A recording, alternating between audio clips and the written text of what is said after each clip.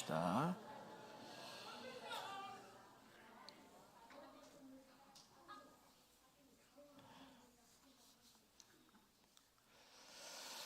오늘 저는 본문 말씀을 가지고 위대한 실제라는 제목으로 말씀을 함께 잠시 나누기 원합니다. 우리가 말로 다 표현할 수 없고 또 우리의 말문을 막아버리는 위대한 실제에 대해서 함께 나누길 원해요. 이 말은 무슨 말입니까? 말로 다 표현할 수 없을 만큼 이 실제가 위대하다는 것이죠. 오늘 31절에 보면 사도 바울이 그런 표현을 하고 있어요. 31절을 같이 보겠습니다. 31절 시작. 그런즉 이 일에 대하여 우리가 무슨 말을 하리요? 만일 하나님이 우리를 위하시면 누가 우리를 대적하리요? 이 일에 대하여 우리가 무슨 말을 하리요? 그러니까 이 위대한 실제에 대해서 우리의 그 말로 다 표현할 수 없다라는 것이죠. 그러나 그럼에도 불구하고 사도 바울이 계속 말을 이어나가는 것은 이 위대한 실제를 더욱 적당한 다른 말로 표현해야 한다는 뜻일 것입니다. 우리는 매일매일 그리고 영원히 이 위대한 실제에 대해 다른 방식으로 말하고 또 말해야 할 것입니다. 그 위대한 실제를 제가 소개해 드리려고 해요. 그것은 뭐냐면 자기 아들을 아끼지 아니하고 우리를 위해 내어주신 하나님이십니다.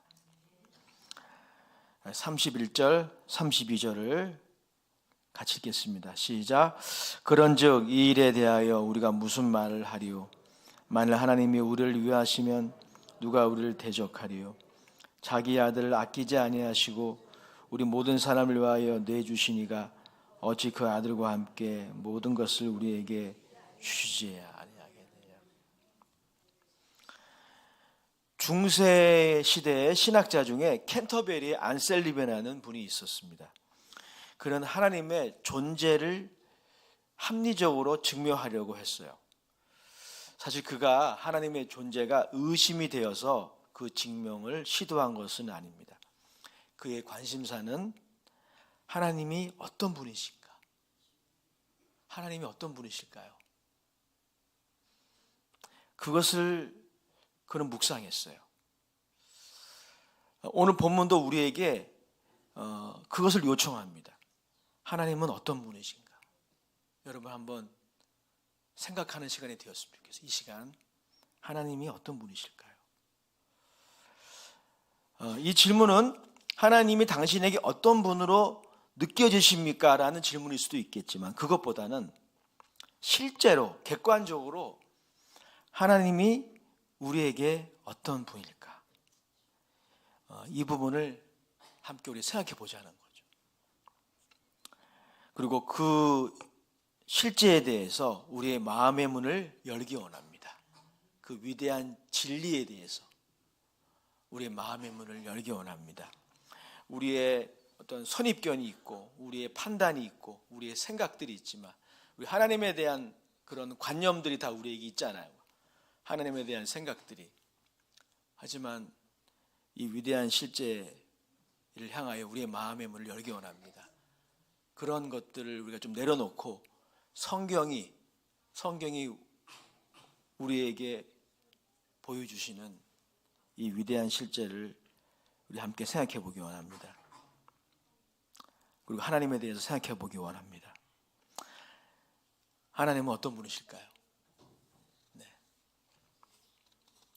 제가 이 질문을 새삼스럽게 드리는 이유는 또 이 질문을 스스로에게 하자고 하는 이유는 우리의 사고와 판단과 느낌이 이 위대한 실제를 잘 반영하지 못하기 때문이에요. 그래서 우리의 선입견이나 우리의 판단이나 하나님에 대한 생각들을 좀 내려놓자는 거예요. 그리고 이 위대한 진리에 귀를 기울여야 합니다. 이 위대한 실제에 대해 여러분들이 어떤 생각을 하고 어떻게 느끼는지 관계없이 이 실제가 어떠한지를 오늘 본문을 통해서 나누기 원해요. 31절, 32절을 중심으로 말이죠. 오늘 본문은 우리에게 무엇을 말하고 있습니까? 하나님이 어떤 분이라고 말하고 있죠? 하나님은 우리 모두를 위해 자기 아들을 아끼지 않으셨습니다. 우리 모두를 위해 자기 아들을 아끼지 않으셨습니다. 그리고 내어주셨어요. 이 일이 갈보리산, 예수님이 십자가가 세워졌던 그 갈보리산 위에서 일어났습니다. 이 일이 바로 위대한 실제입니다. 캔터버리의 안셀름은 하나님의 존재를 증명하면서 하나님을 이렇게 정의했어요. 그것보다 더 위대한 존재가 없는 그런 존재. 이것이 하나님을 정의한 캔터버리의 정의였어요. 저는 확신 있게 말씀드립니다. 갈보리 산 위에서 일어난 일보다 더 위대한 일은 없습니다. 하나님은 자신의 독생자를 죄인들의 손에 내어주었어요. 사실 여러분, 이 일이 하나님께 쉬웠을까요? 어려웠을까요? 자기 아들을 아끼지 않고 내어주시는 것이 쉬웠을까요? 어려웠을까요? 결코 쉬운 일이 아니었을 것입니다. 로마서 5장 6절 7절은 이 부분을 사도 바울이 은유적으로 강조하고 있어요. 우리가 아직 연약할 때에 기약대로 그리스도께서 경건하지 않은 자를 위하여 죽으셨도다. 그리스도께서 경건한 자를 위하여 죽으신 것이 아니고 경건하지 않은 자를 위해 죽으셨어요. 그리고 7절에 이렇게 말씀하고 있어요. 의인을 위하여 죽는 자가 쉽지 않고 의인을 위하여 죽는 것도 쉽지 않다는 거죠. 선인을 위하여 용감히 죽는 자가 가끔 있다는 거죠. 이런 표현이 우리에게 의미하는 바가 무엇입니까? 하나님께도 자신의 아들을 아낌없이 내어주는 것이 결코 쉽지 않았다는 것입니다. 여러분 중에는 전능하신 분이니까, 하나님은 Almighty, 전능하신 분이니까 그분께 어려운 일이 있을까? 라고 생각하실 수도 있으실 거예요. 그러나 그렇게 생각하지 않으시길 부탁드립니다. 정말 혹자가 말한 것처럼 상상조차 할 수 없는 어려운 일이 일어난 것입니다. 그렇습니다. 우리에게도, 저와 여러분들에게도 금지옥엽 같은 사랑의 대상이 있습니다. 각자 금지옥엽처럼 여기는 사랑의 대상이 있는데 그 사랑의 대상을 고난과 죽음에 내어주는 것은 극히 어려운 일이며 상상하기 힘든 끔찍한 일이잖아요. 그런데 여러분, 성경을 보십시오. 성경 곳곳에서 성부 하나님, 아버지와 하나님의 아들 사이에 끊을 수 없는 사랑의 연대를 우리는 발견합니다. 마태복음 3장 16절 17절에 보면 예수님이 침례를 받으시는 장면이 나오는데 그때 하늘에서 소리가 들렸어요. 하나님의 음성이 들렸습니다.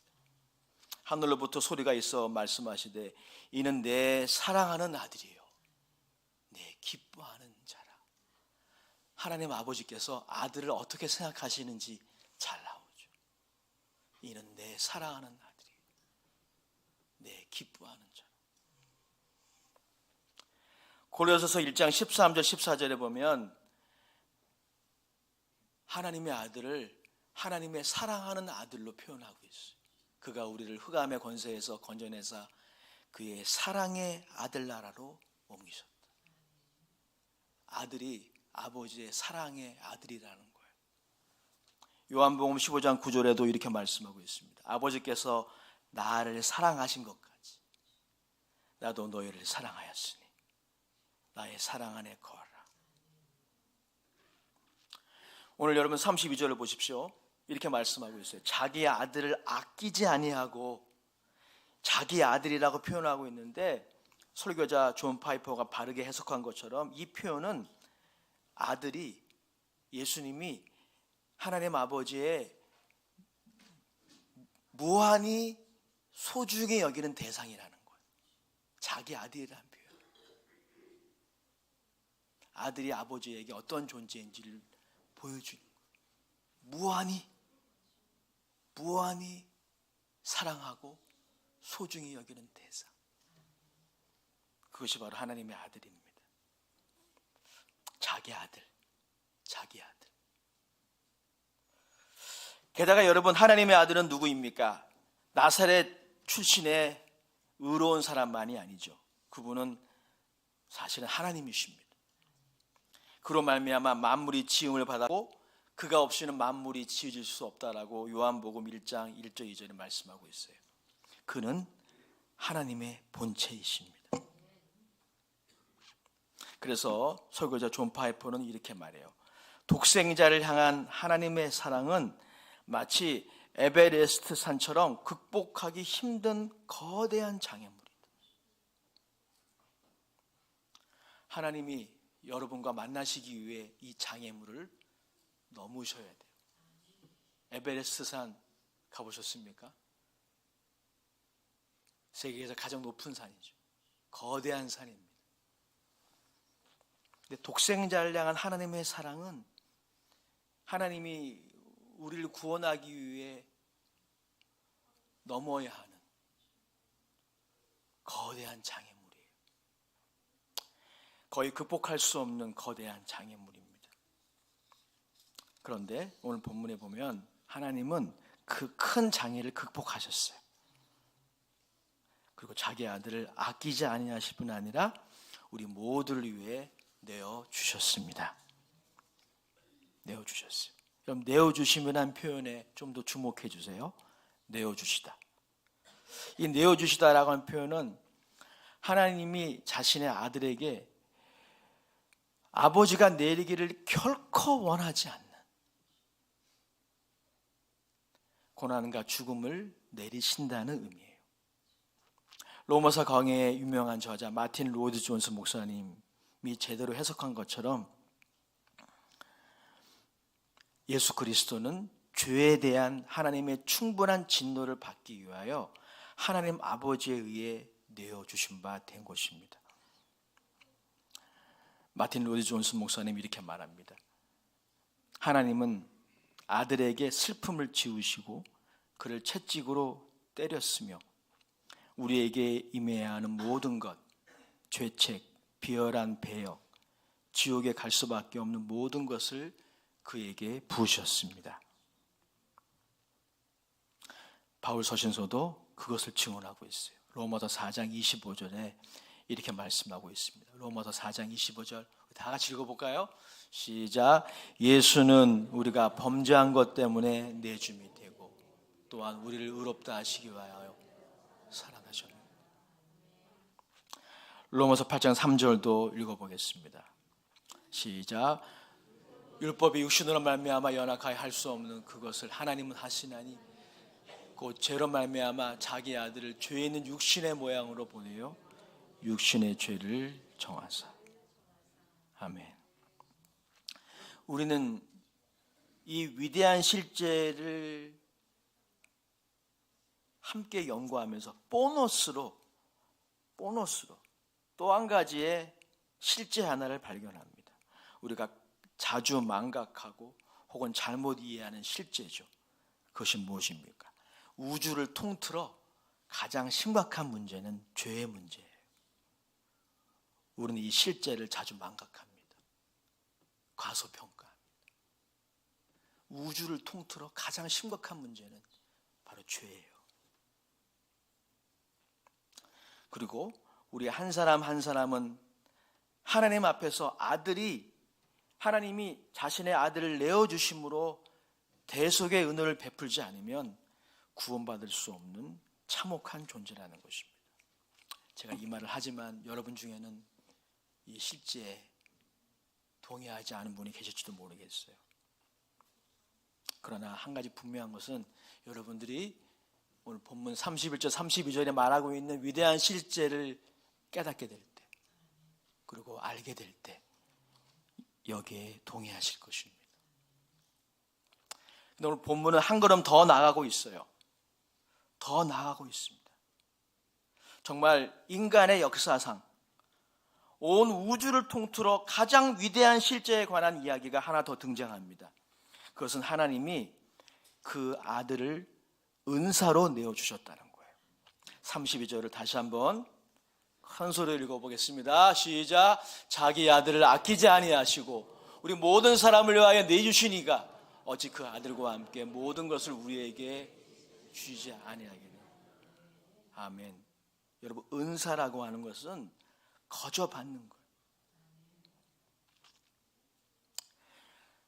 본문은 무엇을 말하고 있습니까? 자기 아들을 내어주시되 아낌없이 그렇게 하시되, 더 놀라운 것은 값없이 그렇게 하셨다는 거예요. 여러분 믿으십니까? 값없이 그렇게 하셨어요. 즉 자신의 아들을 받을 만한 어떤 자질이나 어떤 장점이 우리 안에 있는 것을 보시고 그렇게 하신 것이 아니라는 거예요.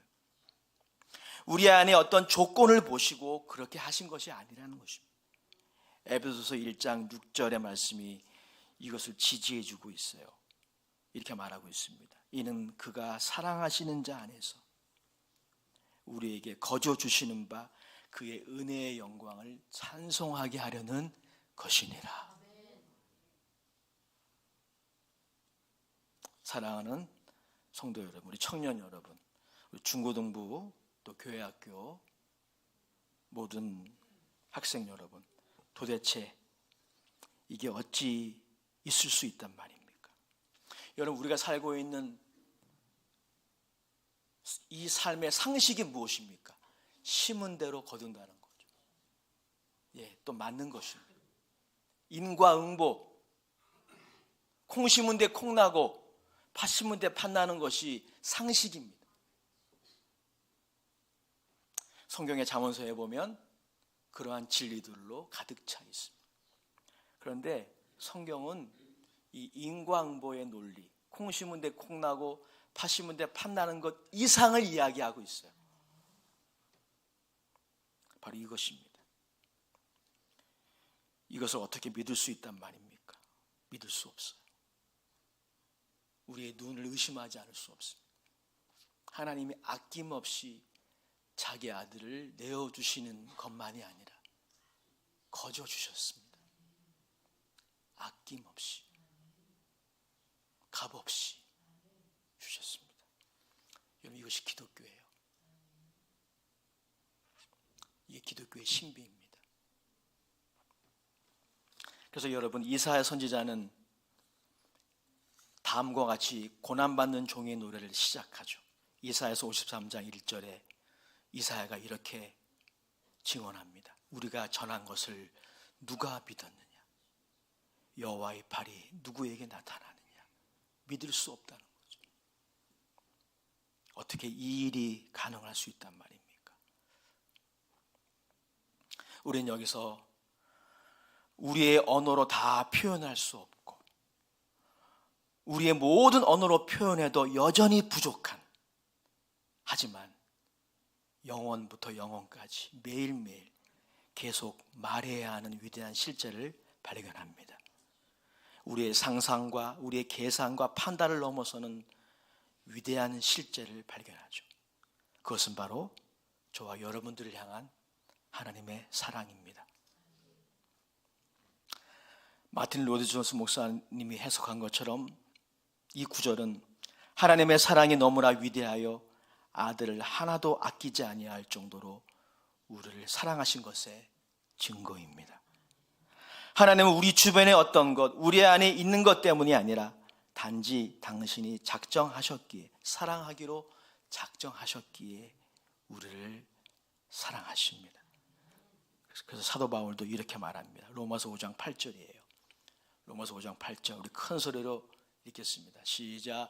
우리가 아직 죄인 되었을 때에 그리스도께서 우리를 위하여 죽으심으로 하나님께서 우리에게 대한 자기의 사랑을 확증하셨느니라. 아멘. 이 말씀을 읽을 때마다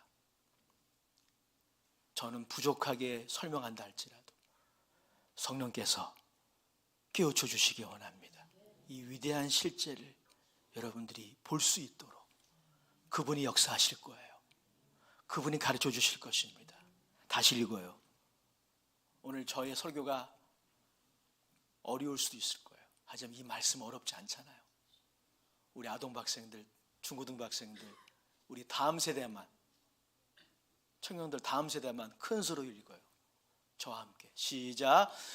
우리가 아직 죄인 되었을 때 그리스도께서 우리를 위하여 죽으심으로 하나님께서 우리에게 대한 자기의 사랑을 확증하셨습니다.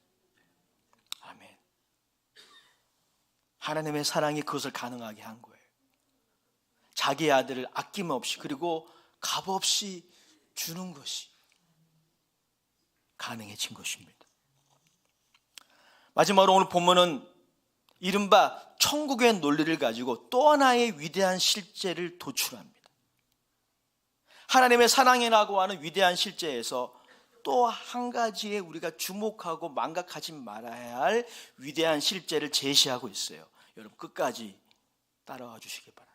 그것은 두 가지로 표현될 수 있어요. 하나는 하나님이 우리를 위하신다는 겁니다.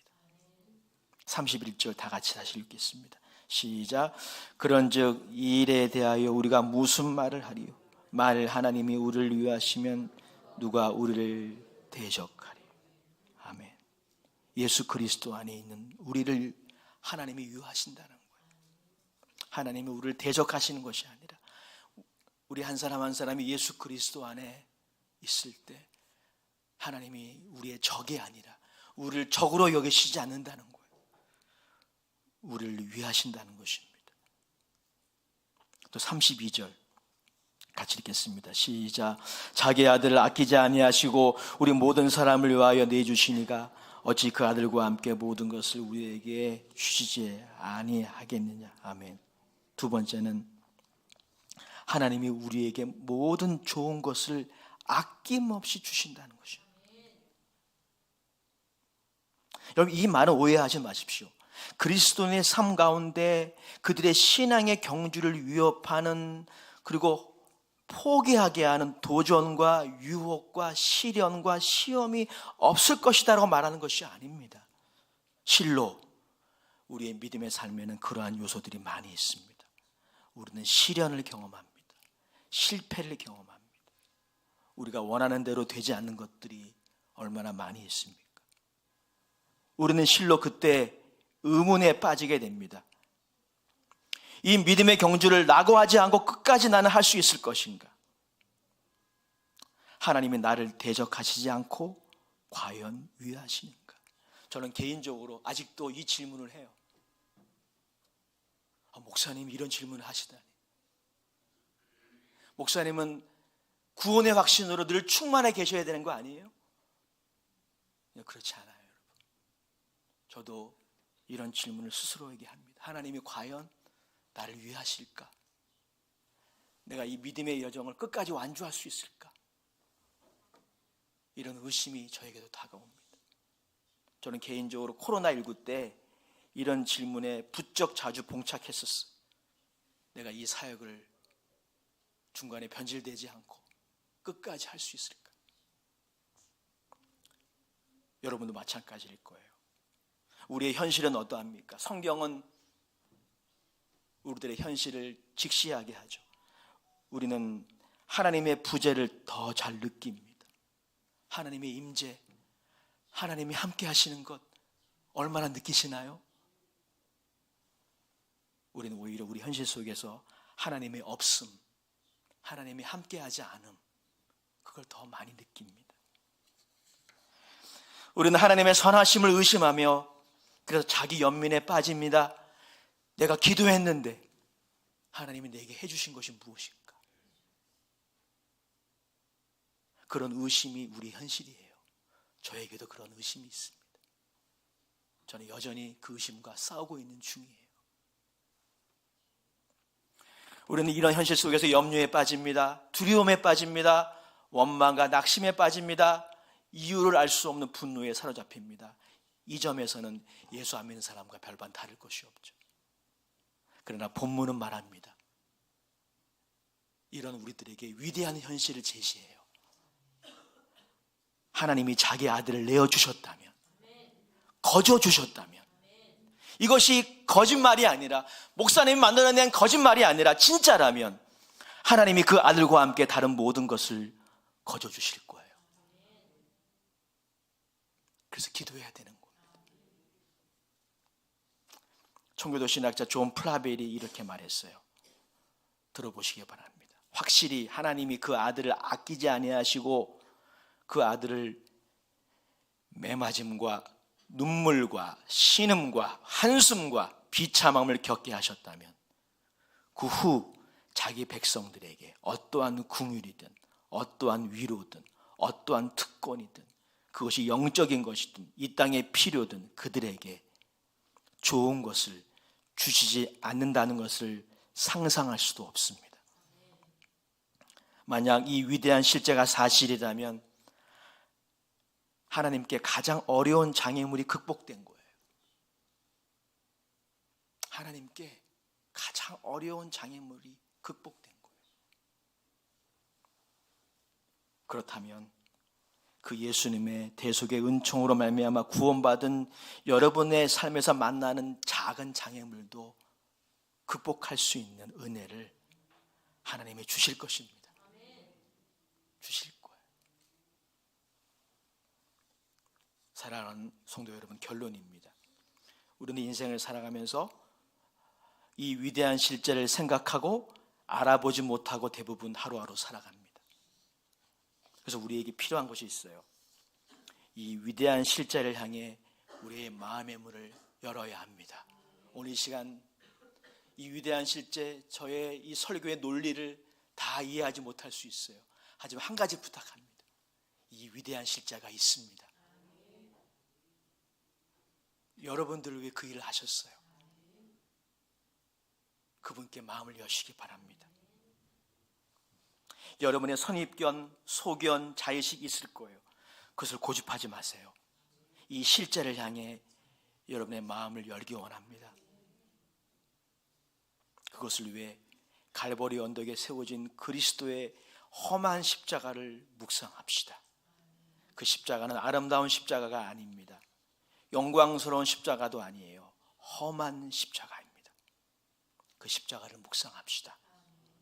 이렇게 해야 하는 이유는 갈보리 언덕에서 하나님이 행하신 그리스도의 십자가만이 하나님의 사랑을 가장 잘 드러내기 때문이에요.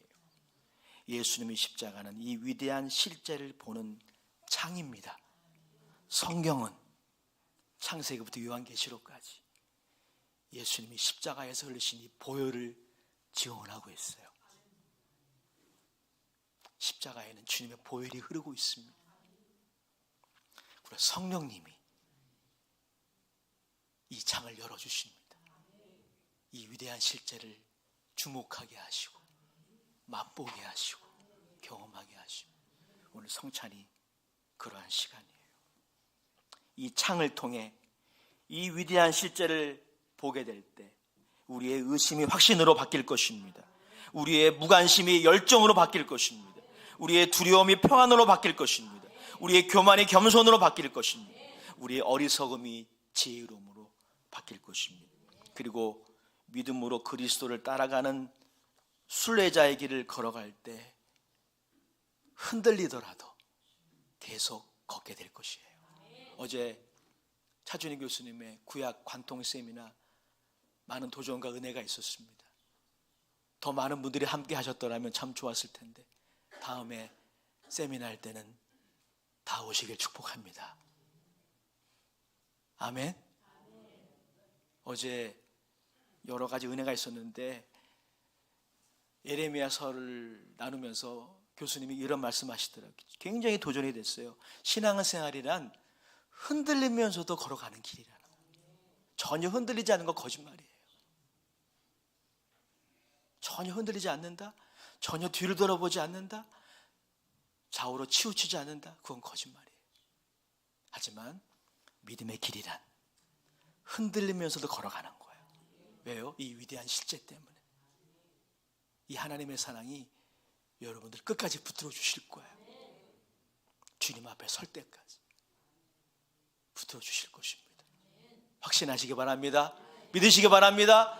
의지하시기 바랍니다. 여러분의 고집과 여러분의 자아, 잘못된 자아를 내려놓고 마음을 여시기 바랍니다. 그리고 주를 따르시기 바랍니다. 아버지, 이 은혜를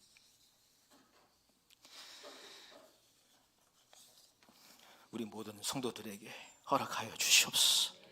예수님의 이름으로 기도드립니다. 우리 시간 성찬을 이제 먹고 마셔야 합니다. 성찬은 이 위대한 실제를 우리에게 보여주는 상징입니다. 성찬의 떡과 포도주는 떡과 포도주이지만 화학적으로는 그렇지만 갈보리 언덕에 그분이 흘리신, 그분이 우리에게 주신 몸과 피를 상징합니다. 오늘 먹고 마실 때 하나님, 나의 눈을 열어주시옵소서. 이 위대한 실제에 내 마음의 문이 열리게 하옵소서.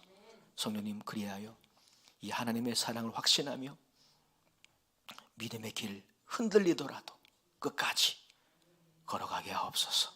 우리 이런 마음으로 성찬을 위해서 기도하실 때 우리 성찬위원들